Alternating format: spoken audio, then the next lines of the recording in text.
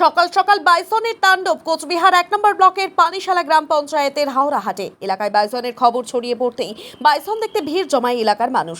বাইসনটি উদ্ধারের জন্য খবর দেওয়া হয় বন দপ্তরকে। পরে খবর পেয়ে ঘটনাস্থলে পৌঁছয় বন দপ্তরের কর্মীরা। বাইসনটিকে উদ্ধার করে নিয়ে যায় বন দপ্তর। কোচবিহার 2 রেঞ্জের রেঞ্জ অফিসার দিবস ছেত্রী জানান, এই বাইসনটি গতকাল টাপুরহাট এলাকায় একটি ভুট্টা খেতে দেখা যায়, কিন্তু সেখানে ভুট্টা ক্ষেতের এরিয়া বড় হওয়ায় বাইসনটিকে ঠিকমতো ট্র্যাক করা যায়নি, যার ফলে বাইসনটি ওই এলাকায় চলে আসে। আজ গ্রামের লোকেরা ওই এলাকায় বাইসনটির উপস্থিতির কথা জানায়। এরপর ঘটনাস্থলের সাথে সাথে পৌঁছে বাইসনটিকে ঘুম পাড়ানি গুলি করে কাবু করে উদ্ধার করে নিয়ে যাওয়া হয়। তিনি আরও জানান, এই বাইসনটিকে পাতলা খাওয়ার জঙ্গলে ছেড়ে দেওয়া হবে।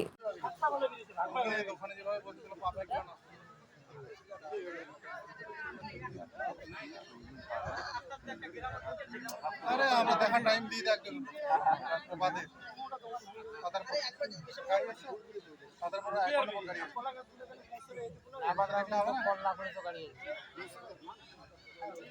এই যে কিছু না মেলা এই কি মাথা মুশ